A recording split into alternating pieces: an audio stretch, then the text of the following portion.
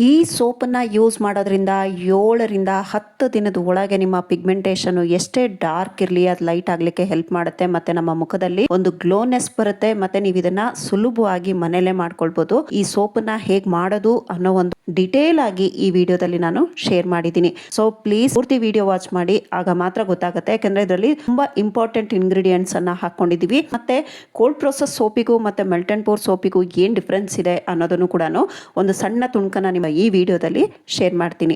ಈ ಒಂದು ಸೋಪು ಜಾದುನೇ ಮಾಡುತ್ತೆ ಖಂಡಿತ. ಇದನ್ನ ರೆಗ್ಯುಲರ್ ಆಗಿ ಕನ್ಸಿಸ್ಟೆನ್ಸಿಯಾಗಿ ಯೂಸ್ ಮಾಡಿದ್ರೆ ಮಾತ್ರ ಸಾಧ್ಯ ಆಗುತ್ತೆ. ಮೆಲ್ಟ್ ಅಂಡ್ ಪೋರ್ ಸೋಪ್ ಅಲ್ಲಿ ನಮ್ಗೆ ಬೇಕಾಗಿರುವಂತ ಇಂಗ್ರೀಡಿಯೆಂಟ್ಸ್ ಗಳನ್ನ ಆಡ್ ಮಾಡಿದ್ರೆ ನಮ್ಮ ಸೋಪು ರೆಡಿ ಆಗುತ್ತೆ. ಆದ್ರೆ ಎಷ್ಟು ಮಟ್ಟಿಗೆ ಹಾಕ್ಬೇಕು ಅನ್ನೋದನ್ನ ಇಲ್ಲೊಂದ್ ಸ್ವಲ್ಪ ನೋಡ್ಕೊಳ್ಬೇಕಾಗುತ್ತೆ. ಇದು ಕೋಲ್ಡ್ ಪ್ರೊಸೆಸ್ ಸೋಪ್. ಇದು ಚಾರ್ಕೋಲ್ ಮತ್ತೆ ಕಾಲಿನ್ ಕ್ಲೇದು ತುಂಬಾನೇ ಒಂದು ಒಳ್ಳೆ ರಿಸಲ್ಟ್ ಇದೆ. ಇದರ ರಿಸಲ್ಟ್ ಅನ್ನು ಕೂಡ ನಾನು ನಿಮ್ಗೆ ಈ ವಿಡಿಯೋದಲ್ಲಿ ತಿಳಿಸ್ಕೊಡ್ತೀನಿ. ಇಲ್ಲಿ ನಾವು ಡಬಲ್ ಬಾಯ್ಲರ್ ಮೆಥಡ್ ನಲ್ಲಿ ನಾವು ಮೆಲ್ಟ್ ಅಂಡ್ ಪೋರ್ ಸೋಪು ಮಾಡಬೇಕಾಗುತ್ತೆ. ಆ ಒಂದು ಬೇಸನ್ನ ನಾವು ಯಾವುದೇ ಒಂದು ಬೇಸನ್ನ ಯೂಸ್ ಮಾಡ್ಕೋಬಹುದು. ಇಲ್ಲಿ ನಾನು ಗೋಟ್ ಮಿಲ್ಕ್ ಸೋಪ್ ಬೇಸನ್ನ ಯೂಸ್ ಮಾಡ್ಕೊಂಡಿದ್ದೀನಿ. ಇದನ್ನ ಚೆನ್ನಾಗಿ ಡಬಲ್ ಬಾಯ್ಲರ್ ಮೆಥಡ್ ಅಲ್ಲಿ ಸಣ್ಣ ಸಣ್ಣ ಪೀಸಸ್ ಮಾಡಿ ಹಾಕೊಳ್ಳಿ. ಆಗ ನಮಗೆ ಇದು ಬೇಗ ಮೆಲ್ಟ್ ಆಗುತ್ತೆ. ಮತ್ತೆ ಗೋಟ್ ಮಿಲ್ಕ್ ಸೋಪ್ ಬೇಸು ಬೇಗನೆ ನಿಮಗೆ ಮತ್ತೆ ಗಟ್ಟಿ ಆಗೋದ್ರಿಂದ ಸ್ವಲ್ಪ ಮಾಡಲಿಕ್ಕೆ ಬಿಗಿನರ್ಸ್ ಇದ್ರೆ ಕಷ್ಟ ಆಗುತ್ತೆ. ಸೊ ಅದಕ್ಕೋಸ್ಕರ ನೀವು ಗ್ಲಿಸರಿನ್ ಸೋಪ್ ಬೇಸಲ್ಲಿ ಮಾಡಿದ್ರೆ ಒಳ್ಳೇದು. ಆದರೆ ಗೋಟ್ ಮಿಲ್ಕ್ ಸೋಪ್ ಬೇಸಲ್ಲಿ ನಮಗೆ ಒಂದು ಒಳ್ಳೆ ರಿಸಲ್ಟು ಸಿಗುತ್ತೆ. ನಾನು ಯಾವುದೇ ಒಂದು ಸೋಪ್ ಮಾಡಿದ್ರು ಅಷ್ಟೇ ಡಿಸ್ಟಿಲ್ಡ್ ವಾಟರನ್ನು ಯೂಸ್ ಮಾಡ್ತೀನಿ. ಅದು ನಮಗೆ ಇಲ್ಲಿ ಮೇನ್ ಇಂಗ್ರೀಡಿಯೆಂಟ್ ಅಂತಾನೆ ಹೇಳ್ಬೋದು. ಈ ಒಂದು ಸೋಪ್ ಮಾಡಲಿಕ್ಕೆ ಕೋಜಿಕ್ ಆ್ಯಸಿಡು ಮತ್ತು ನಿಯಾಸಿನಮೈಡ್ ಇವೆರಡನ್ನು ತೊಗೊಂಡಿದ್ದೀನಿ. ನಿಯಾಸಿನಮೈಡ್ ಬಂದು ನಮ್ಮ ವಿಟಮಿನ್ B3 ಸಿಗುತ್ತೆ. ಮತ್ತು ಕೋಜಿಕ್ ಆ್ಯಸಿಡು ನಮ್ಮ ಸ್ಕಿನ್ನನ್ನು ತುಂಬ ಚೆನ್ನಾಗಿ ಮಾಡುತ್ತೆ. ಪಿಗ್ಮೆಂಟೇಷನ್ ಇರಲಿ ಇಲ್ಲದೆ ಇರಲಿ ಯಾರು ಬೇಕಾದರೂ ಇದನ್ನು ಯೂಸ್ ಮಾಡ್ಬೋದು. ಸೊ ಹಾಗಾಗಿ ನಿಯಾಸಿನಮೈಡು ಮತ್ತು ಕೋಜಿಕ್ ಆ್ಯಸಿಡು ಇದು ಒಂದು ನಾನು ಪರ್ಸೆಂಟೇಜಲ್ಲಿ ಹೇಳಬೇಕು ಅನ್ನೋದಾದರೆ ನಿಯಾಸಿನಮೈಡು 2% ಹಾಕ್ಕೊಂಡಿದ್ದೀನಿ. ಕೋಜಿಕ್ ಆ್ಯಸಿಡ್ 1% ಅಷ್ಟು ಹಾಕ್ಕೊಂಡಿದ್ದೀನಿ.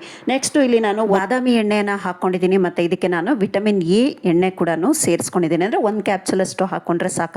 ನೆಕ್ಸ್ಟ್ ನಾನು ಇಲ್ಲಿ ಮೇನ್ ಇಂಗ್ರೀಡಿಯೆಂಟ್ ನಮ್ಮ ಒಂದು ಹೋಮ್ ಮೇಡ್ ಕುಂಕುಮಾದಿ ಆಯಿಲ್ ಅನ್ನ ಹಾಕೊಂಡಿದ್ದೀನಿ. ಕುಂಕುಮಾದಿ ಆಯಿಲ್ ನಮ್ಮ ಪಿಗ್ಮೆಂಟೇಷನ್ ಗೆ ಒಂದು ಒಳ್ಳೆ ರಾಮಬಾಣ ಅಂತ ಹೇಳ್ಬೋದು. ಕೋಜಿಕ್ ಆಸಿಡ್, ನಿಯಾಸಿನಮೈಡ್ ಮತ್ತೆ ಕುಂಕುಮಾದಿ ಆಯಿಲ್. ನೆಕ್ಸ್ಟ್ ಇಲ್ಲಿ ಮೆಲ್ಟ್ ಆಗಿದೆ.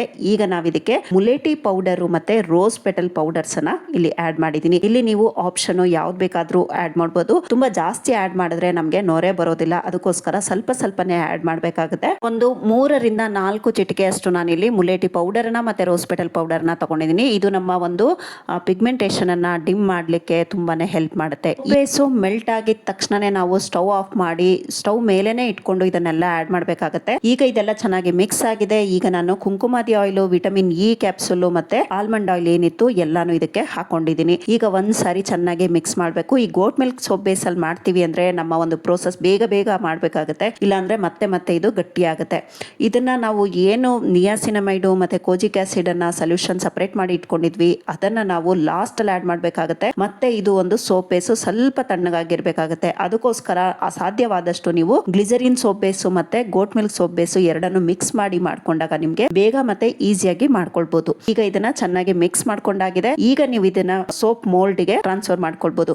ಮತ್ತೆ melt and pour soap base ಅಲ್ಲಿ ಏನು ನಮ್ಗೆ ಅಡ್ವಾಂಟೇಜ್ ಅಂದ್ರೆ ಯಾರು ಬೇಕಾದ್ರೂ ಮಾಡ್ಕೊಳ್ಬಹುದು. ಇದು ಒಂದು ಅಡ್ವಾಂಟೇಜ್. ಮತ್ತೆ ನಮ್ಗೆ ತಕ್ಷಣ ಮತ್ತೆ ಇದನ್ನ ಯೂಸ್ ಮಾಡ್ಲಿಕ್ಕೆ ಬರುತ್ತೆ. ಅದೇ ನಾವು ಕೋಲ್ಡ್ ಪ್ರೊಸೆಸ್ ಸೋಪಿಗೆ ಹೋದ್ರೆ ಕೋಲ್ಡ್ ಪ್ರೊಸೆಸ್ ಸೋಪ್ ಅಲ್ಲಿ ನಮಗೆ ಒಂದು ಬೆನಿಫಿಟ್ ಏನಂದ್ರೆ ನಮಗ್ ಬೇಕಾಗಿರುವಂತ ಒಂದು ಆಯಿಲ್ ಸೆಲೆಕ್ಷನ್ ಮಾಡ್ಕೊಳ್ಬಹುದು. ನಮ್ಮ ಸ್ಕಿನ್ ಗೆ ಸೂಟ್ ಆಗುವಂತದ್ದು dry skin, oily skin, sensitive skin ಆ ರೀತಿ. ಮತ್ತೆ ನಮ್ಗೆ ಆ ಸೋಪ್ ಅಲ್ಲಿ ಅದ್ರಲ್ಲೇನೆ ಗ್ಲಿಸರಿನ್ ನಮ್ಗೆ ಪ್ರೊಡ್ಯೂಸ್ ಆಗುತ್ತೆ.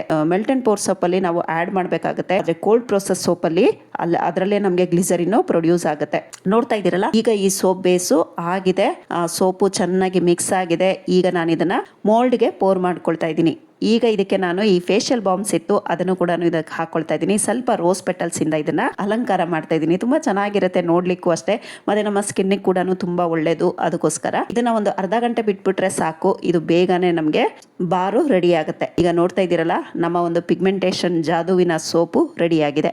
ಈಗಲೇ ನಾವು ಇದನ್ನ ಯೂಸ್ ಮಾಡ್ಕೊಳ್ಬಹುದು. ಆದ್ರೆ ನಾವು ಕೋಲ್ಡ್ ಪ್ರೋಸೆಸ್ ಸೋಪ್ ಅಲ್ಲಿ ತಕ್ಷಣ ಯೂಸ್ ಮಾಡ್ಲಿಕ್ಕೆ ಬರೋದಿಲ್ಲ. ಅದನ್ನ ನಾವು 40 to 45 ಡೇಸ್ ನಾವು ಅದು ಕ್ಯೂರಿಂಗ್ ಟೈಮ್ ಅಂತ ಇಡಬೇಕಾಗುತ್ತೆ. ಯಾಕೆಂದ್ರೆ ನಾವು ಆ ಸೋಪ್ ಆಗ್ಲಿಕ್ಕೋಸ್ಕರ ಅದಕ್ಕೆ ಲೈ ಸೊಲ್ಯೂಷನ್ ನ ಆಡ್ ಮಾಡಿರ್ತೀವಿ. ಮತ್ತೆ ಅದು ನ್ಯಾಚುರಲ್ ಆಗಿ ಅದರಲ್ಲಿ ಇರುವಂತ ಒಂದು ಮಾಯಿಶ್ಚರ್ ಆಗಲಿ ಮತ್ತೆ ಸ್ಕಿನ್ ಫ್ರೆಂಡ್ಲಿ ಆಗಿ ಅದು ರೆಡಿ ಆಗುತ್ತೆ ಬಾರು. ಈ ಒಂದು ಮೆಲ್ಟ್ ಅಂಡ್ ಪೋರ್ ಸೋಪ್ ಅಲ್ಲಿ ನಿಮಗೆ ಬೇಕಿದ್ರೆ ಇದರಲ್ಲಿ ಎಸೆನ್ಷಿಯಲ್ ಆಯಿಲ್ ಅನ್ನು ಸೇರಿಸ್ಕೊಳ್ಬಹುದು. ಮತ್ತೆ ಪರ್ಫ್ಯೂಮ್ ಫ್ರೆಗ್ರೆನ್ಸ್ ಕೂಡ ಆಡ್ ಮಾಡ್ಕೊಳ್ಬಹುದು. ನಾನಿಲ್ಲಿ ಏನೂ ಸೇರಿಸಿಲ್ಲ. ಇದನ್ನ ನ್ಯಾಚುರಲ್ ಆಗಿ ಮಾಡ್ಕೊಳ್ತಾ ಇದ್ದೀನಿ. ಏನಕ್ಕೆ ಅಂದ್ರೆ ಪಿಗ್ಮೆಂಟೇಷನ್ಗೋಸ್ಕರ. ಅದಕ್ಕೋಸ್ಕರ ಅದನ್ನ ಹಾಗೆ ನಾನು ಪ್ಲೇನ್ ಆಗಿ ಮಾಡ್ಕೊಂಡಿದ್ದೀನಿ. ಈಗ ಇದನ್ನ ನಿಮಗೆ ಕೋಲ್ಡ್ ಪ್ರೊಸೆಸ್ ಸೋಪ್ ತೋರಿಸ್ತಾ ಇದ್ದೀನಿ. ಇದು ನಮಗೆ 40 ಡೇಸ್ ಆಗಿದೆ. ಸೊ ಅದಕ್ಕೋಸ್ಕರ ನಿಮಗೆ ಯಾಕೆಂದ್ರೆ ಸುಮಾರು ಜನ ನನಗೆ ವಾಟ್ಸಪ್ಪಲ್ಲಿ ಬಂದು ಮೇಡಮ್ ಇದೇನು ಎಣ್ಣೆಲಿ ಮಾಡಿದ್ದೀನಿ ಅಂತ ಹೇಳ್ತಾ ಇದ್ದೀರಾ, ಇದರಲ್ಲಿ ನೊರೆ ಬರುತ್ತಾ, ಇದು ನಮ್ಮ ಸ್ಕಿನ್ಗೆ ಫ್ರೆಂಡ್ಲಿನಾ, ಸ್ಕಿನ್ಗೆ ಒಳ್ಳೇದಾ, ನನ್ನ ಮೊದಲೇ ಆಯಿಲಿ ಸ್ಕಿನ್ನು, ಇದು ನಿಜವಾಗ್ಲೂ ಸೂಟ್ ಆಗುತ್ತಾ ಅಂತೆಲ್ಲ ಕ್ವಶನ್ಸ್ ಕೇಳ್ತಾರೆ. ಸೊ ಅದಕ್ಕೋಸ್ಕರ ಈ ವಿಡಿಯೋದಲ್ಲಿ ಇದನ್ನ ಕ್ಲಿಯರ್ ಮಾಡ್ತಾ ಇದ್ದೀನಿ. ಈ ರೀತಿ ಯಾವುದೇ ಸೋಪ್ ತಗೊಂಡ್ರು ಅಷ್ಟೇ ಸ್ವಲ್ಪ ನಾವು ಇದನ್ನ ಒದ್ದೆ ಮಾಡಿಕೊಂಡು ಈ ರೀತಿಯಾಗಿ ಒಂದು ಸ್ವಲ್ಪ ಉಜ್ಜಿದ್ರೆ ಸಾಕು. ನೋಡ್ತಾ ಇದ್ದೀರಲ್ಲ, ನಾನು ಇಲ್ಲೆಲ್ಲೂ ಎಡಿಟ್ ಮಾಡಿಲ್ಲ. ಈ ಒಂದು ಸೋಪ್ನ ರಿವ್ಯೂ ನಿಮಗೆ ತೋರಿಸ್ಲಿಕ್ಕೋಸ್ಕರ ತುಂಬಾನೇ ಚೆನ್ನಾಗಿರುತ್ತೆ. ಒಂದು ಒಳ್ಳೆ ಸ್ಕಿನ್ ಫ್ರೆಂಡ್ಲಿ. ನೀವು ಮಾರ್ಕೆಟ್ ಇಂದ ಸೋಪ್ ತಗೊಳ್ಳೋದನ್ನ ನಿಲ್ಸ್ಬಿಡ್ತೀರಾ. ನೀವು ಒಂದು ಸರಿ ಕೋಲ್ಡ್ ಪ್ರೊಸೆಸ್ ಸೋಪ್ ನ ಯೂಸ್ ಮಾಡ್ಲಿಕ್ಕೆ ಸ್ಟಾರ್ಟ್ ಮಾಡಿದ್ರೆ ಅದರಲ್ಲೂ ನಮಗ್ ಬೇಕಾಗಿರುವಂತ ಅಡಿಟಿವ್ಸ್ ಕೂಡ ಯೂಸ್ ಮಾಡ್ಕೋಬಹುದು. ಪಪ್ಪಾಯ ಆಗ್ಬೋದು, ಚಾರ್ಕೋಲ್ ಆಗ್ಬೋದು, ಕಾಲಿನ್ ಆಗ್ಬೋದು, ರೋಸ್ ಸೋಪ್ ಆಗ್ಬೋದು, ತುಂಬಾ ವೆರೈಟೀಸ್ ಬರುತ್ತೆ. ಅಲೋವೆರಾ, ನೀಮು, ಈ ರೀತಿಯಾಗಿ ಮತ್ತೆ ಟ್ಯಾನ್ ರಿಮೂವಲ್, ಉಪ್ಟನ್ನು, ತುಂಬಾನೇ ವೆರೈಟೀಸ್ ಬರುತ್ತೆ. ಅಷ್ಟು ವೆರೈಟಿ ಸೋಪ್ಸ್ ನಿಮಗೆ ಯಾವ್ದು ಬೇಕು, ಯಾವ ಟೈಮಲ್ಲಿ ಯಾವ ಸೋಪ್ನ ಯೂಸ್ ಮಾಡಬೇಕು ಅನ್ನೋದನ್ನ ತಿಳ್ಕೊಂಡು ಆ ಸೋಪ್ಗಳನ್ನ ಪರ್ಚೇಸ್ ಮಾಡೋದ್ರಿಂದ ನಿಮ್ಗೊಂದು ಒಳ್ಳೆ ಬೆನಿಫಿಟ್ ಸಿಗುತ್ತೆ. ಏನಕ್ಕೆ ನಾನು ಇಷ್ಟು ಗ್ಯಾರಂಟಿಯಾಗಿ ಹೇಳ್ತಾ ಇದ್ದೀನಿ ಅಂದ್ರೆ ಮಾರ್ಕೆಟ್ ಇಂದ ತರೋದನ್ನ ನಿಲ್ಸೇ ಬಿಟ್ಟಿದ್ದೀನಿ. ಈ ಕೋಲ್ಡ್ ಪ್ರೊಸೆಸ್ ಸೋಪನ್ನೇ ನಾವು ಯೂಸ್ ಮಾಡ್ತಾ ಇರೋದು. ಮತ್ತೆ ಈ ಪಿಗ್ಮೆಂಟೇಶನ್ ಸೋಪ್ ನೋಡ್ತಾ ಇರ್ಬೋದು ನೀವು. ಈಗ ನಾನು ಇದನ್ನು ತೋರಿಸ್ತೀನಿ. ಇದರಲ್ಲಿ ನಿಮ್ಗೆ ಏನು ತೊಂದರೆ ಇಲ್ಲ. ಅಕಸ್ಮಾತ್ ಜಾಸ್ತಿ ಅಡಿಟಿವ್ಸ್ ಆಯ್ತು ಅಂದ್ರೆ ನಿಮ್ಗೆ ನೊರೆ ಬರೋದಿಲ್ಲ ಅಷ್ಟೇ, ಆದ್ರೆ ನಿಮ್ಗೆ ಒಂದು ಒಳ್ಳೆ ಸ್ಕಿನ್ ಬೆನಿಫಿಟ್ಸ್ ಜಾಸ್ತಿ ಸಿಗುತ್ತೆ. ಕೋಲ್ಡ್ ಪ್ರೊಸೆಸ್ಗೆ ಕಂಪೇರ್ ಮಾಡಿದ್ರೆ ನಿಮ್ಗೆ ಮೆಲ್ಟ್ ಅಂಡ್ ಪೋರ್ ಅಲ್ಲಿ ಸ್ವಲ್ಪ ನೊರೆ ಕಮ್ಮಿ ಬರುತ್ತೆ.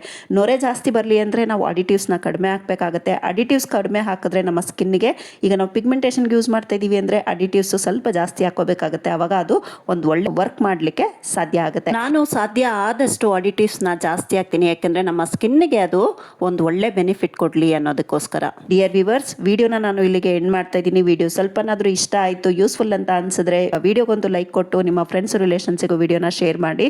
ಹಾಗೆ ಸಬ್ಸ್ಕ್ರೈಬ್ ಬಟನ್ ಅನ್ನ ಕ್ಲಿಕ್ ಮಾಡಿ ಪಕ್ಕದಲ್ಲೇ ಬರೋ bell icon all option click ಮಾಡಿದ್ರೆ ನಾನು ಅಪ್ಲೋಡ್ ಮಾಡುವಂತ ಪ್ರತಿಯೊಂದು ವಿಡಿಯೋ ನೋಟಿಫಿಕೇಶನ್ ನಿಮ್ಮ ಮೊಬೈಲ್ಗೆ ಮೊದಲು ಬರುತ್ತೆ. Thank you for watching. Have a nice day. Take care. Bye bye.